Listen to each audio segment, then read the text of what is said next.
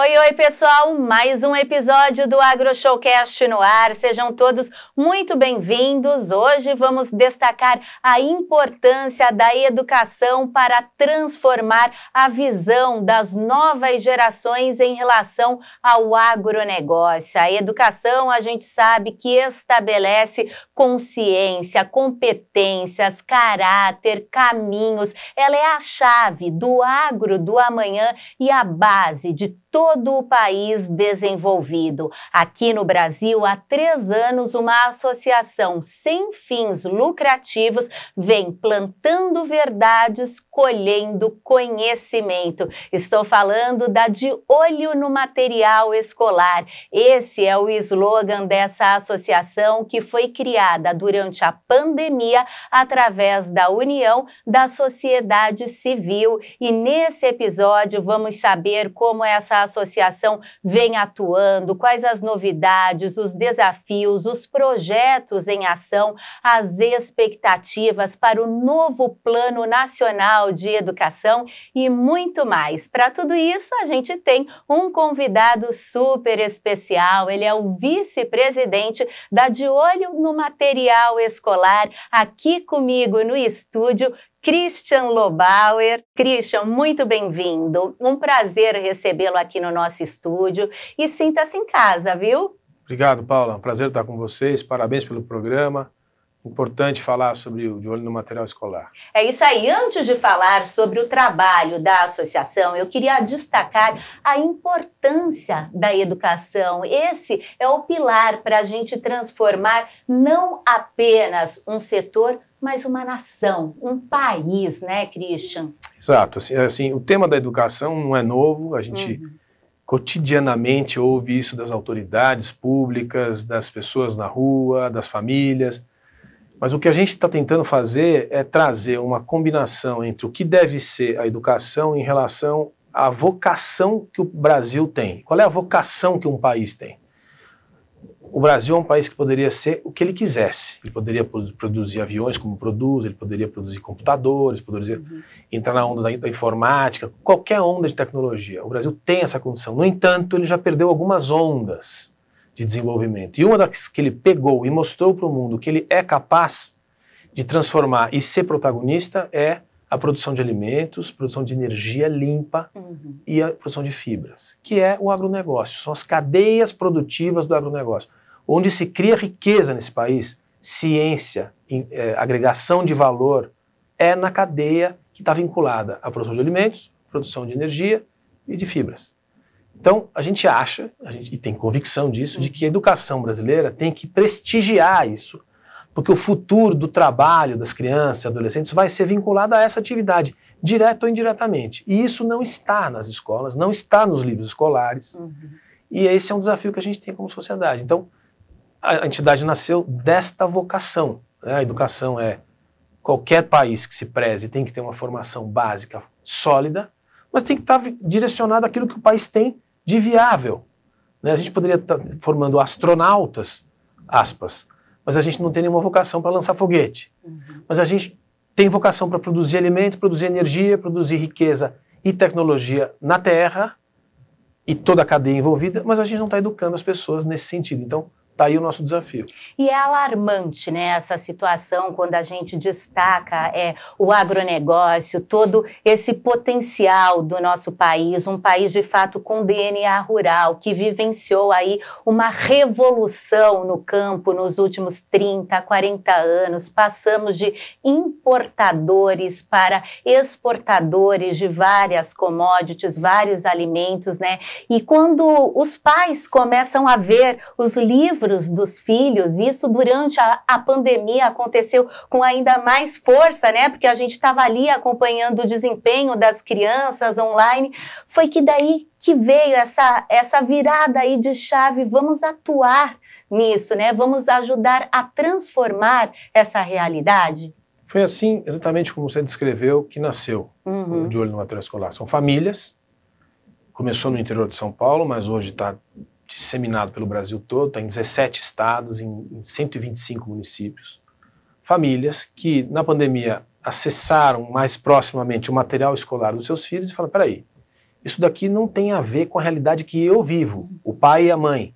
Então o pai trabalha numa usina de açúcar, por exemplo, e está lá vendo no livro escolar do filho, ouvindo no almoço de domingo, que existe trabalho escravo na produção de cana-de-açúcar em São Paulo. Não existe há muito tempo isso, mas ainda está nos livros escolares, ainda está no repertório dos professores. Então, essa desconexão, ela tem que deixar de acontecer, porque não é verdade, não é realidade do mundo contemporâneo brasileiro. Assim nasceu. As famílias se organizaram, falando, vamos tentar abordar as editoras e entender por que isso está acontecendo. E assim nasceu a entidade. A gente abordou as editoras disseram, vocês são quem? Nós somos só famílias que se resolveram acertar um pouco o conteúdo. Mas para eu poder mexer nisso eu preciso de diretrizes científicas. Perfeitamente, então nós vamos fazer um trabalho científico. A gente arrecadou recursos para fazer um trabalho científico que avaliasse toda a maior parte dos livros escolares em básico e fundamental e avaliamos os conteúdos, nesse caso, vinculados ao agro, que estão em português, estão em matemática, estão em ciências, em geografia. Está em todo o repertório, não está só em ciências.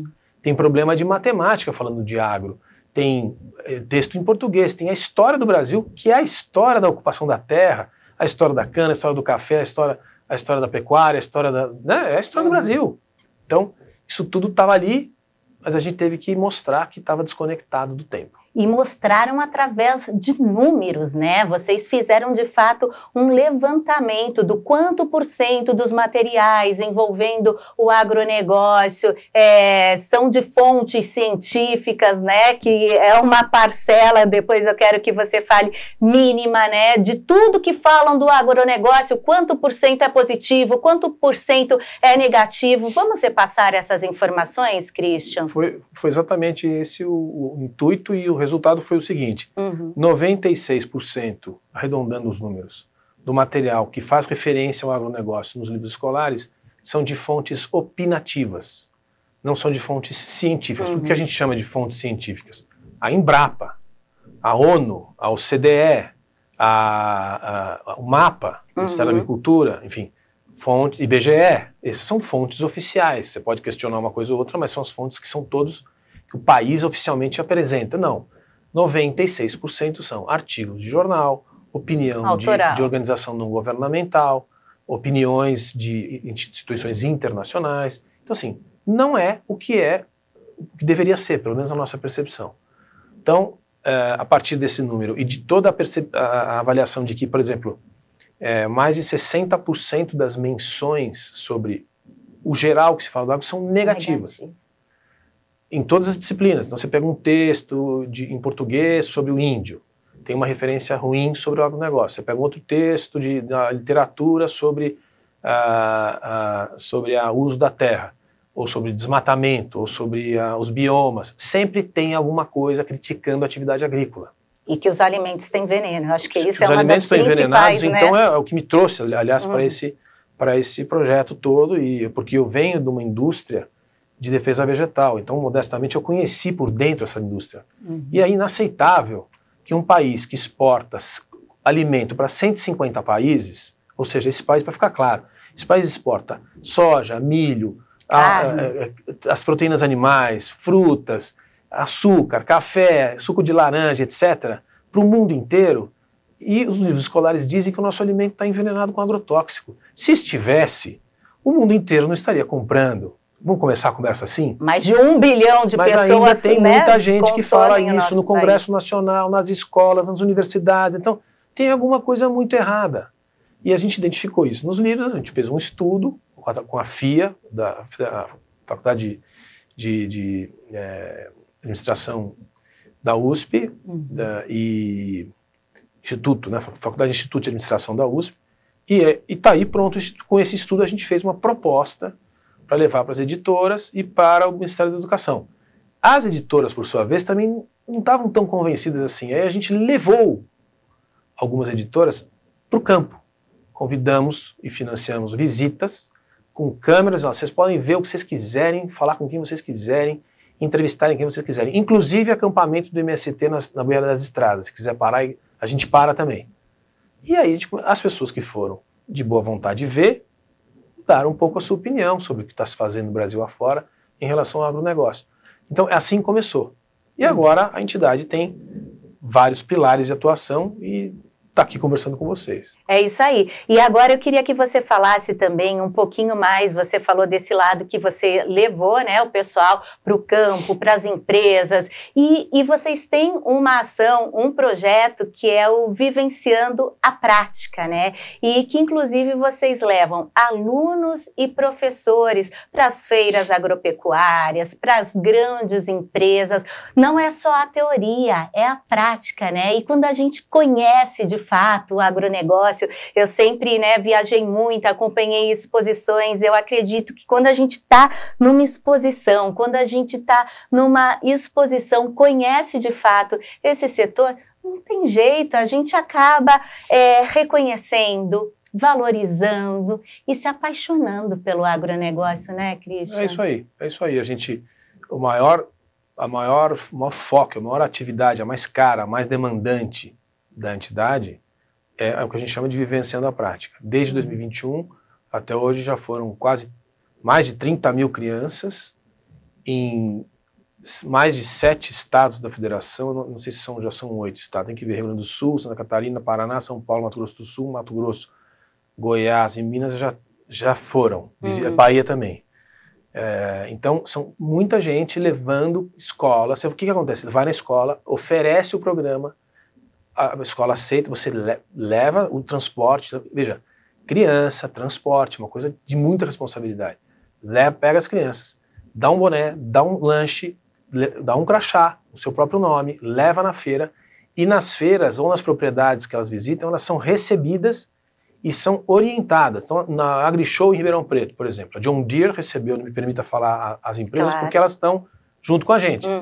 Então, elas chegam lá, no stand da John Deere, tem um lugar onde vão ser recebidas todas as crianças, alguém vai dar uma palestra, explicar como funcionam as máquinas, elas podem entrar nas máquinas. Quando uma criança sobe numa colheitadeira de soja e senta ali, ela fala, eu quero pilotar esse foguete aqui, entende? Nós não estamos falando de produzir apenas, que não é apenas, mas de ficar na terra e ter fazenda e produzir. É você entrar num universo de tecnologia, de desenvolvimento, de pujança, de orgulho, de autoestima.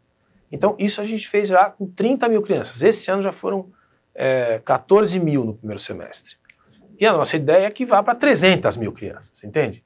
E é um trabalho bem complexo de fazer, uma logística complexa, mas vem professor, vem diretor de escola, e aí tudo vai começando a fazer sua própria opinião livremente. Né? E você, através, né, de uma iniciativa como essa, vocês acabam mudando as perspectivas, né, daquela criança. Quantas crianças ali presentes nessa ação que não acabam tornando-se futuramente agrônomos, veterinários, alguma, né, profissão do meio do agronegócio, porque está despertando esse interesse, né? Então, isso é muito importante, Paula, pelo seguinte, o universo do trabalho mudou no mundo inteiro. As pessoas já não sabem muito bem o que vai ser o trabalho daqui 10, daqui 20, daqui 30, está mudando completamente. Mas tudo que a gente faz hoje no Brasil tem alguma relação direta ou indireta com a atividade da produção de alimentos e energia. Certo? Então, assim, para as novas gerações perceberem as oportunidades de trabalho, elas vão ter que pagar suas contas, elas vão ter que ter renda. Elas vão entender que não é você ir trabalhar numa fazenda de soja, não é disso que nós estamos falando. Pode até ser que seja, mas nós estamos falando de você trabalhar numa empresa que desenvolve um equipamento que melhora a irrigação da laranja. É um equipamento de automação industrial para abatedouro de galinhas matrizes, sei lá. Entende? É um universo enorme de oportunidades que o Brasil já é protagonista. Ou trabalhar com o desenvolvimento de biocombustível de babaçu, porque vai daqui a pouco ter inserção de biocombustível também no combustível nacional, que já tem etanol, que já tem frota de caminhão com óleo de soja, com biodiesel de soja. Isso é um agronegócio. Então é engenharia, até direito, até os escritórios de advocacia hoje, quem são os grandes clientes dos escritórios de advocacia da Faria Lima? São do agronegócio. Então, é disso que se trata. Entender dessa conexão de riqueza e de prosperidade que a gente tem que passar para as novas gerações, né? Mostrar que o Brasil é um país, né, com dados geográficos predominantemente urbanos, mas os nossos feitos econômicos maiores vêm do campo, vêm do setor rural, como você falou agora, exportamos, né, agora há pouco para mais de 150 países, a população mundial em crescimento, até 2050 seremos 10 bilhões de habitantes no planeta e o mundo precisa do agronegócio, né? Essas crianças, ao saírem de uma experiência como essa, de mergulharem no agronegócio, elas chegam em casa, eu tenho certeza, com os olhinhos brilhando, contando para os pais, muitas vezes, coisas que os próprios pais não sabem. Certamente não sabem, porque, primeiro, que a educação de uma boa parte das famílias, dos pais, não teve a educação que estão tendo os filhos. E nós temos uma população urbana, 86% dos brasileiros estão nas cidades. Exato. O que, de certa forma, até dificulta um pouco essa ponte, mas nem é esse o maior problema. O maior problema é que a gente se acostumou a achar que a atividade do agronegócio é para poucos e não tem conexão com a criação de riqueza, com a distribuição de renda, com a criação de empregos na cidade. E tem. E mais... A energia, qual é o segundo maior problema do mundo hoje? O primeiro é a produção de alimentos, segurança alimentar. O segundo é a produção de energia. E o mundo inteiro fala todos os dias em energia limpa. Quem é que tem a maior matriz limpa dos grandes países do mundo no mundo hoje? O Brasil. As pessoas sabem que 17% da energia brasileira hoje, 17% da matriz, já vem da biomassa do bagaço de cana? Não sabem. O universo rico, União Europeia, Estados Unidos, Rússia, Japão, estão sonhando, daqui a 100 anos, ter uma matriz que a gente já tem. Por quê? Porque a gente utilizou o negócio como base. Além da hidro, né? A gente tem a produção de matéria orgânica, a gente tem os biocombustíveis, a gente tem o etanol de milho, o etanol que já existia da cana, tudo isso é energia. Energia produzida renovável, limpa. Pô, a escola tem que ensinar isso na primeira aula, tá certo? E não está lá, a gente geralmente tem, o que você aprende na primeira aula? Que a pecuária emite gases de efeito estufa, que a pecuária destrói a Amazônia, que tem trabalho escravo na cana-de-açúcar, que o alimento está envenenado, e aí vai. Que o fazendeiro mata índio. Então, assim, está desconectado. Tem problema? De novo, tem problemas. A gente tem que enfrentar os problemas? Tem. Desmatamento. Desmatamento é culpa do agronegócio. Hoje, nós estamos ouvindo isso hoje no Brasil. Exatamente a questão da culpa do agronegócio. Não é. Desculpa, não é. Não é minha opinião. É falta de satélite. Ou é crime, tá certo? Ou é acidente. O proprietário da terra não põe fogo na própria propriedade, tá certo? Não adianta induzir as pessoas a achar que faz isso, porque não é isso que está acontecendo. A escola tem que ter consciência disso e ensinar isso. É isso que a gente está tentando trabalhar. Ou seja, mostrar que o agronegócio não é o vilão, o agronegócio é a solução, principalmente para esses 3 principais problemas globais que você acabou de falar: crise climática, energética e a crise alimentar, né? Exato. O Brasil é a solução, de fato, para isso. Ainda falando do Vivenciando a Prática, queria compartilhar contigo, esse ano eu estava na Expogenética, né, em Uberaba, e tinha uma turminha lá, eu estava acompanhando eles, percorrendo todo, como você falou, né, uma visita monitorada, eles vão recebendo instruções de cada lugar que eles passam, e no final, um menininho, eu perguntei, você gostou? Do que você mais gostou, né? Ele falou, tia, eu queria morar aqui. Ou seja, né, isso não tem preço, né, a gente saber, olha, que bom, tocou, né? E não tocou aqui só, tocou aqui, o coração, né? É o contato do ser humano com a natureza. A gente fez todo esse ciclo de vida do século XIX, XX, industrializante, tecnológico, para perceber que a gente tem que voltar a ter contato com a natureza, com as nossas origens mais profundas. E a atividade agrícola, mesmo que você esteja no escritório de advocacia, na Pinta Paulista, se você estiver trabalhando para uma empresa que você sabe que está produzindo energia limpa, que você pode visitar o seu cliente em Sorriso uma vez por ano, é uma outra coisa do que você trabalhar para outra atividade. Você entende a diferença? E é isso que a gente acha que tem que ser despertado, colocado como perspectiva para as novas gerações, porque é a realidade, é a verdade, né? Então, essa aproximação com a natureza, a gente vê a criançada desperta, ela abre um olho, assim, a gente tem fotografia, vídeos, gravações, que já dá para divulgar, que mostram o que significa esse impacto. Você marca a vida da pessoa pro resto da vida, entende? E ela não precisa ficar ouvindo só os problemas, que existem também, mas que tem desmatamento, que tem fogo, que tem... Sabe? Isso, a gente tem dificuldade de entender, as famílias têm dificuldade de entender onde você vai levar uma geração que fica o tempo inteiro sendo martelada por uma agenda do medo, uma agenda ruim, uma agenda de catástrofe, se não é só isso que existe para ela vivenciar.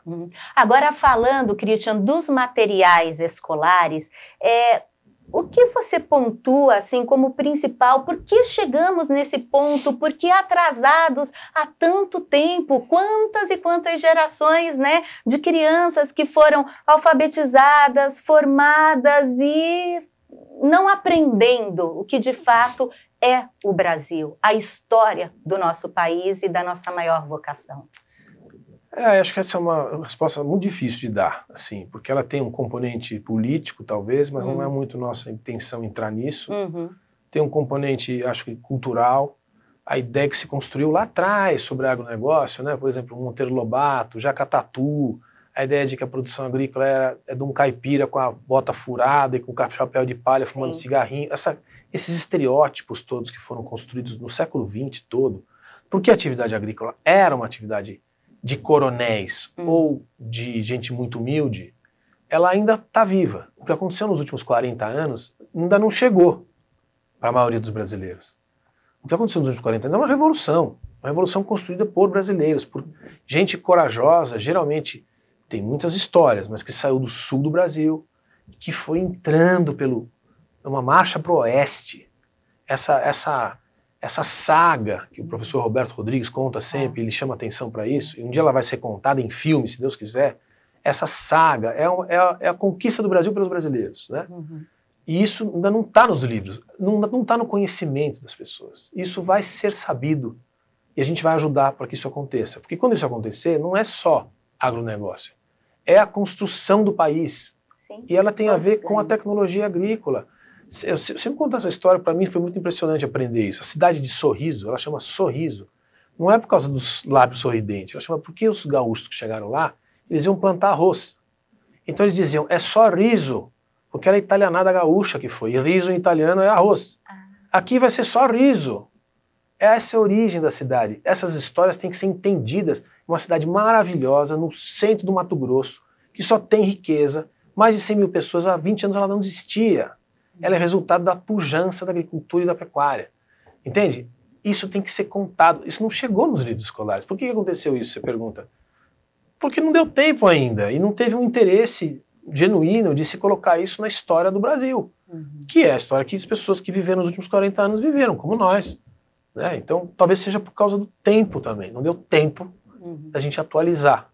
E por falar em tempo, essa transformação, né, educacional, você acha que é a médio, a longo prazo? O que seria a longo prazo? Como a gente pode estar pontuando isso? Ou é difícil prever também, Christian? Eu acho que a gente tem que fazer o que dá para fazer. Eu acho que toda a sociedade civil que se organiza... É dever de todos, né? Tem que estar no radar de todos, como vocês falam, né? Tem que estar no radar, mas tem que ter uma organização ou várias organizações da sociedade legítimas que levam isso para as ações, tanto privadas quanto do poder público, que é o que a gente modestamente começou a fazer. Quanto tempo demora? Com as novas tecnologias e com esse despertar que a gente acha que consegue fazer com mais criança, com mais adolescente vendo as coisas, eu diria, de forma bem ambiciosa, que em 20 anos você consegue mudar a história do Brasil. Em 20 anos, você consegue conscientizar quase 2 gerações de uma realidade que ela vê, ninguém está contando história, ela está vendo, e que ali estão as oportunidades. Mas isso depende de muitas coisas. Né? Tem muita gente que não está convencida do que nós estamos falando aqui, por outras razões, que acham que nós estamos, enfim, temos uma outra agenda. A gente está convencido. Eu acho que a sociedade está tão convencida que em 3 anos a gente está em mais de 100 municípios. A gente não tem nenhum tostão para fazer isso. é só conscientização. Então, olhando dessa perspectiva, eu diria que em 20 anos a gente conseguiria fazer uma grande mudança de conscientização, com efeito sobre o mercado de trabalho. Porque você falou, o número neném, o número de 11 milhões de neném, que é o número do IBGE... Para quem não sabe o que é o neném, vamos falar. O IBGE tem nas estatísticas oficiais 15 milhões de brasileiros entre 15 anos e 29 anos, ou seja, o melhor que a sociedade tem para produzir riqueza hoje, 11 milhões, maior do que a população da Suécia. Nem estuda, nem trabalha. O que significa isso? Que nos primeiros 15 anos das suas vidas, elas não puderam estudar direito, por razões que seja, e não trabalham porque não conseguem trabalhar, não é porque não tem trabalho, tem trabalho. Mas as pessoas não conseguem mais trabalhar porque não formaram as mínimas habilidades para fazer as 4 operações, ler um texto, interpretar um texto, etc. Ninguém está falando aqui de prêmio Nobel, está falando das coisas básicas. Se nós chegamos nessa condição hoje, se a gente não fizer nada, a tendência é piorar. Então a gente tem que reverter esse processo, ter menos neném daqui a 20 anos. Então a gente tem que pegar essa geração para trás e investir tudo nela para dar essa perspectiva e, lógico, fazer o que, na verdade, o Estado costuma fazer. Ou já fez nos países desenvolvidos no final do século XIX e início do século XX. Alfabetiza, ensina a fazer as 4 operações, ensina a ler um texto e interpretá-lo, e quiçá até uma língua estrangeira, de preferência inglês. Você revoluciona um país completamente. Né? E por falar em textos, né, vocês também têm um outro projeto em ação, que é a Agroteca, né? Vocês têm disponíveis vários textos, né, nas redes sociais, no site de vocês, e que os alunos, os professores, a sociedade de um modo geral tem acesso. São textos fáceis de entender, de compreender, né? Foi exatamente essa a ideia. O que acontecia? A gente falava para as editoras ou mesmo para as escolas. Tem que usar esse texto, olha aqui, da Embrapa. E o sujeito fala, mas escuta, eu entro no site da Embrapa e eu não consigo entender o que está escrito ali, é muito difícil, e é mesmo. Um texto sobre genética, um texto sobre pecuária mais complexo, de raças. Precisa simplificar, Precisa né? alguém traduzir. Aí a gente modestamente também fez isso, então nós vamos fazer isso. A gente começou a fazer a tradução para infográficos, para desenhos, vídeos mais simples, não simplórios, vídeos técnicos, mas entendíveis para uma geração e para uma idade mais interessantes para uma idade mais jovem. E hoje já está, ele é curado pela Exalc, pela Universidade de São Paulo, em Piracicaba, na biblioteca da Exalc, e ele já tem hoje 51 mil visitantes. Lógico, a gente quer que vá para 500 mil, né? Muitos professores já usam, acessam e usam em aula os vídeos e os gráficos. Então, assim, a gente está querendo produzir também o conteúdo acessível. Não adianta ficar falando que tem, mas e não disponibiliza aquilo que as pessoas que estão começando agora têm que entender. Então, a Agroteca é uma das grandes conquistas que a gente precisa agora. Exponencializar a Agroteca. Mais gente conhecer, mais acesso, tradução, mais produto interno, mais material lá dentro, né? Mais inputs, né? E está no nosso plano. Porque você vê cada uma dessas atividades é um mundo à parte. Sim. O universo da fruta, o universo da manga, o universo do melão, você não tem fim. É uma riqueza. É uma maravilha. Né? O universo da macadâmia, o universo da avicultura, que eu vivi anos na avicultura, é uma maravilha, do começo ao fim, o universo do ovo, da genética, da matriz, dos abatedouros, da exportação, das marcas brasileiras lá fora. É um negócio, é uma coisa, é uma escola. Suco de laranja, o que se fez no suco de laranja no Brasil, as pessoas nem sabem. O Brasil coloca suco de laranja no Japão. Hoje, a cada 10 copos consumidos no mundo, entre 7 e 8 são made in Brasil. Somos os maiores exportadores de suco de laranja. Sai suco concentrado aqui de Araraquara, desce a serra até Santos, entra no porto, vai para um navio, vai a granel, navio de 12 mil toneladas, leva até o Japão. Quem que fez tudo isso foram os brasileiros que fizeram, não foi nenhum suíço, nenhum americano. Um garoto na escola tem que conhecer esse negócio. Falou, pô, esses brasileiros são bons, esses caras fazem uns negócios grandes e tem que se orgulhar disso, entende?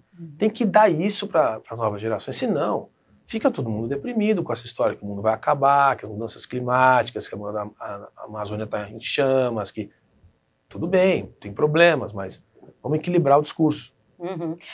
Agora eu quero saber um pouquinho mais como foi essa aproximação de vocês com o governo. Esse ano deve ser votado, né, o novo Plano Nacional de Educação. É um plano que vale para os próximos 10 anos. Como que foi a atuação de vocês? De que forma vocês ajudaram a construí-lo? Enfim, o que a gente pode destacar, Cris? Olha, a gente fez a gente achou que deveria levar a nossa percepção sobre a Conferência Nacional de Educação, que foi o CONAE, que é uma instituição que acontece de 10 em 10 anos e formula um documento que serve como base para o Plano Nacional de Educação, que é um projeto de lei que dura uma década. Então a gente viveu na última década, de 14 a 24, um Plano Nacional de Educação que foi ou não foi implementado, mas ele estava lá. Que significa o quê? O país dizendo onde ele vai alocar os recursos para melhorar tais e tais e tais performances na educação geral. Isso é o PNE. Quando a CONAE lançou as bases do PNE, a gente falou, não estamos de acordo, a gente acha que pode melhorar. E a gente resolveu então levar a nossa visão para a presidência da Câmara, para a presidência do Senado, pedimos uma audiência no Senado, uma audiência pública para apresentar o que a gente achava que era mais interessante. Levamos professores renomados, 10 professores renomados da educação brasileira, para colocarem suas posições. Foi um debate democrático, aberto, que o presidente do Senado, de forma, deve ser justo, muito corajosa, abriu para o debate. E aí, o que aconteceu é que agora a gente tem o Plano Nacional de Educação, foi apresentado pelo governo, e tem lá na Comissão de Educação um debate sobre as propostas. Então, é um debate complexo, porque nós estamos falando de um plano de 10 anos, um plano que vai orientar o uso dos recursos e os currículos e tudo que vai se fazer. Mas eu acho que é esse o caminho. Na democracia é assim. Quem quer se manifestar, se manifesta. Quem quer fazer seus interesses representados, leve ao Congresso Nacional e de forma transparente e coloque. A gente está fazendo isso. Você vai dizer, bom, mas o que vocês estão propondo é aceito por todo mundo? Não. Tem diferenças de visão. Mas eu acho que isso é natural, seja assim, e a gente vai tentar passar essa mensagem que a gente está passando aqui ali, né? Da vocação nacional, da necessidade de se reformular os conteúdos, da necessidade de ter algumas políticas que são um pouco, por exemplo, o governo fala muito em aumentar salário, a gente acha também, o professor tem que ganhar mais, mas se você seguir as outras pesquisas que tem sobre a satisfação do professor, às vezes o professor, e o primeiro item da pesquisa diz isso, ele quer mais condições de trabalho do que salário. Nós estamos falando do quê? De segurança, tem muito problema de droga nas escolas, tem muito problema de alcoolismo nas escolas, tem problemas que são outros problemas que não são exatamente o salário. Então essas coisas têm que ser debatidas, têm que ser colocadas ali, né? Então tudo isso está ali. E nós estamos participando desse debate público. Ou seja, é um trabalho, né? A educação tem que ser vista de forma 360, né? E com a união, com a participação de todos, de todas as esferas, cada qual tem a sua parte, né? É isso aí.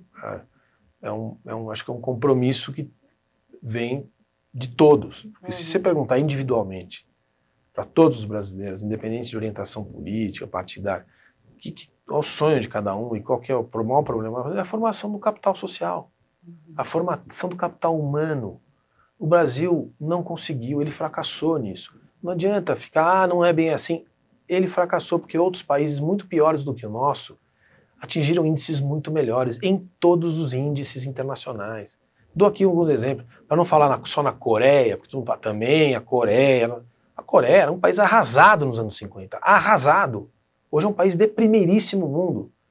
Mas para não ficar numa cultura oriental, que tem uma história diferente, pega o Vietnã, que é um país pobre, que viveu guerra agora, 30 anos atrás, se reconstruiu na educação. Pega o Chile, que está aqui nosso vizinho, os índices do Chile são muito melhores do que o nosso. E não eram assim há 40 anos. Então, a gente não conseguiu. Não vou entrar no mérito por que não conseguiu, mas vamos olhar para o futuro. E é isso que a gente está tentando comunicar, da perspectiva da parte da economia que deu certo. É isso aí, como eu disse também lá na abertura, é o pilar para transformar não apenas um setor, mas um país. Você deu o exemplo de vários países que foram transformados através da educação. Christian, hoje, quantos voluntários vocês contam atuando na De Olho no Material Escolar? Bom, todo mundo é voluntário, desde a presidente até as famílias que estão envolvidas assim indiretamente pelo WhatsApp, por grupos de WhatsApp, né? Porque a gente não tem uma sede. Agora a gente tem lá uma sede em Barretos, mas é um escritório muito pequenininho, é uma rede, na verdade.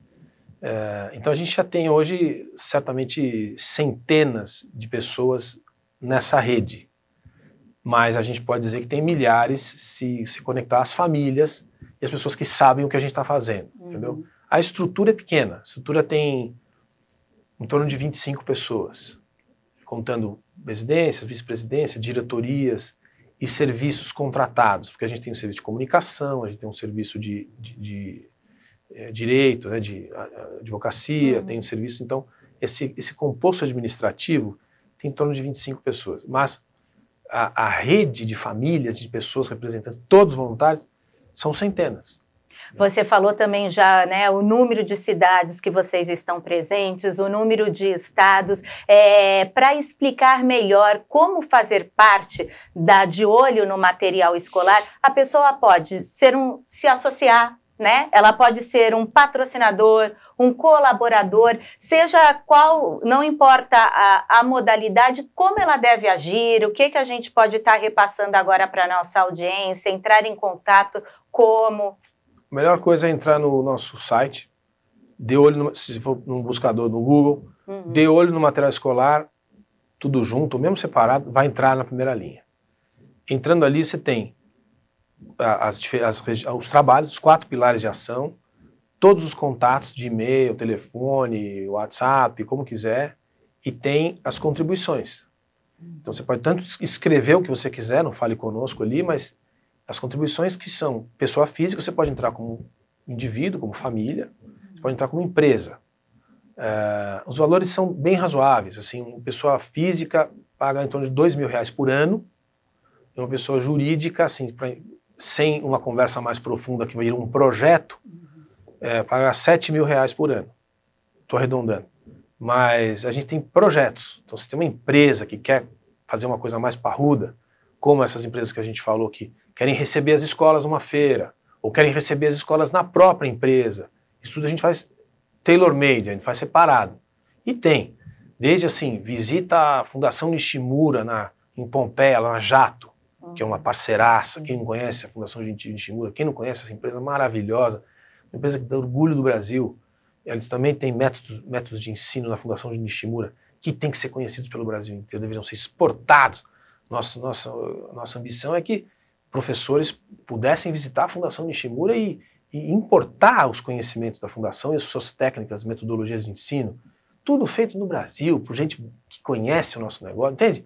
Tem muita coisa disponível. Então, entra no site e acessa. Ali vão responder a sua demanda e, se puder se inscrever e virar associado, vai ser um orgulho para todo mundo. Muito bem-vindos, né?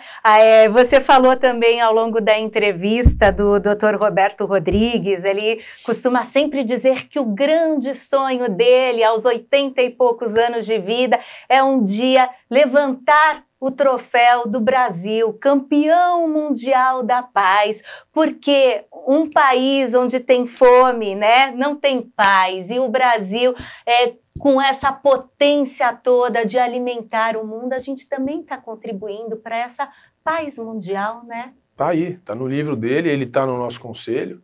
Roberto é uma referência mundial, é uma autoridade moral, né? Não tem quem tem uma palavra para dizer da carreira, da influência, da seriedade dele, e ele está no nosso conselho, ele tem sido um grande incentivador, porque ele percebe, com a experiência que teve e tem, que aqui é uma das saídas, essa é uma das saídas. Para o Brasil levantar esse troféu, ele precisa passar por esse processo. Senão ele vai ter o troféu, mas não vai saber que tem. Exato. Então a gente tem que ter consciência disso. Então ele está junto, ele tem sido um dos nossos pilares de credibilidade, né? É isso aí, o Brasil, o agronegócio, ele é um patrimônio de todos os cidadãos brasileiros. Para a gente encerrar, mais do que um trabalho, né? Você que acompanha o agronegócio há mais de 20 anos, já passou por várias associações, entidades, vários setores do agronegócio.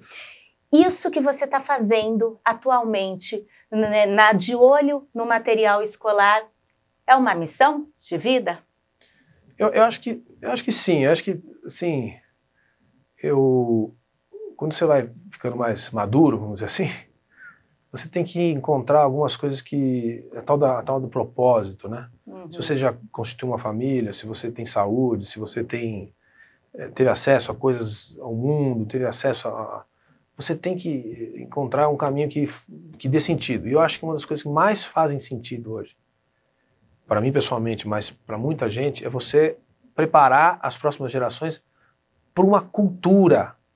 Porque o Brasil não é um paizinho qualquer. É um país complicado, muito grande, muito heterogêneo, muito novo. Mas se você preparar essa cultura para aquilo que ela tem de aptidão, que está na nossa essência como povo, pô, isso é uma coisa que faz todo sentido. Todo sentido. Para mim faz. Então, é fácil para mim fazer isso. E prazeroso. Eu entro nisso com... Nem sei por quê. Não recebo nada para falar. E é importante dizer que a gente é voluntário, sempre. Porque sempre as pessoas olham, mas estão ganhando. Não está ganhando, não. É porque realmente faz todo sentido, entende? Então, eu acredito que sim. Não é uma missão, não é messiânica, né? Mas é uma missão, é uma coisa que faz todo sentido que a gente faça. E eu também quero ver esse troféu sendo levantado, né? Pela paz. Está no livro do Roberto, pela paz, é isso mesmo. Então, para ser, as gerações seguintes têm que se conscientizar do que está acontecendo, das oportunidades. Então, eu acho que sim. E eu acho que dentro, até próprio de casa, da sua casa, o seu filho te agradece por esse trabalho, por tudo isso que você está fazendo, porque você já foi um desses pais que durante a pandemia, ao longo da vida escolar, estava ali vendo essas barbaridades todas que a gente já comentou ao longo desse nosso bate-papo, né, Christian? Meu filho, eu tenho um filho de quase 14 anos, ele sempre me traz. Pai, isso aqui, eu estou tendo em geografia, tá. A conversa é sempre muito calma, a gente não tem que brigar com professor nenhum, o professor, se ele já é professor, ele já é um herói, mas tem muita coisa para a gente acertar, a gente modular, ou diria melhor, para modernizar, acho que seria o ponto. Então a formação de professores, olha, a reciclagem do conhecimento dos professores é talvez um dos principais pontos que a nossa associação quer participar. A gente tem um projeto agora, vai tentar implementar até o final do ano, que chama Mestres do Agro, ou seja, vai levar professores para a universidade, provavelmente a primeira vai ser na Exalc, se tudo der certo, e levar palestrantes, tudo com os custos pagos. Os palestrantes conhecidos do agronegócio, autoridades do agronegócio, para apresentar o que se conhece e debater sobre temas que são complexos. Todos esses temas, uso da terra, emissão de gás de efeito estufa, sustentabilidade, biocombustíveis, produção, exportação, empresas, tal, todo esse universo, porque ele não está na escola e o professor talvez não tenha tido a oportunidade. E faz parte da nossa missão. Então, eu acho que é um pouco isso. O meu filho sempre me traz o que ele está tendo na escola. Ele está indo bem, a escola dele pelo menos está indo, mais ou menos ali, está tudo certo. Mas muitas escolas não têm a sofisticação que a escola do meu filho tem. Então, bom que tenham, né? E o que não falta, né, são cases e histórias de sucesso para a gente contar cada vez mais sobre o agronegócio nacional. Por exemplo, se um pai, se uma mãe vê um livro com informação equivocada sobre o agronegócio, eles podem fazer uma denúncia, podem entrar em contato com vocês, como atuar? É o que tem acontecido. A gente não vai muito de denúncia, mas a gente fala assim, não estou satisfeito com isso aqui, digamos, porque tem muita gente que não está satisfeita mesmo. Essa charge aqui, na escola, no livro do meu filho, dizendo que o alimento está envenenado. Não concordo, eu sei que não está. Então, as pessoas levam para a escola muitas vezes, falam com os diretores, com os professores e tal. Mas a gente também as recebe. Isso tem acontecido, por isso que a gente está em tantos municípios, porque as pessoas procuraram o de olho. E aí a gente orienta, a gente fala, vamos fazer uma coisa, vamos indicar, vamos ver quem está perto de você aí, da nossa turma, para poder conversar com você aí na escola, vamos ver que tipo de material a gente pode indicar também para o professor, dá o acesso à agroteca, faz esse meio de campo. A gente é mais ambicioso que isso, mas por enquanto é o que dá para fazer.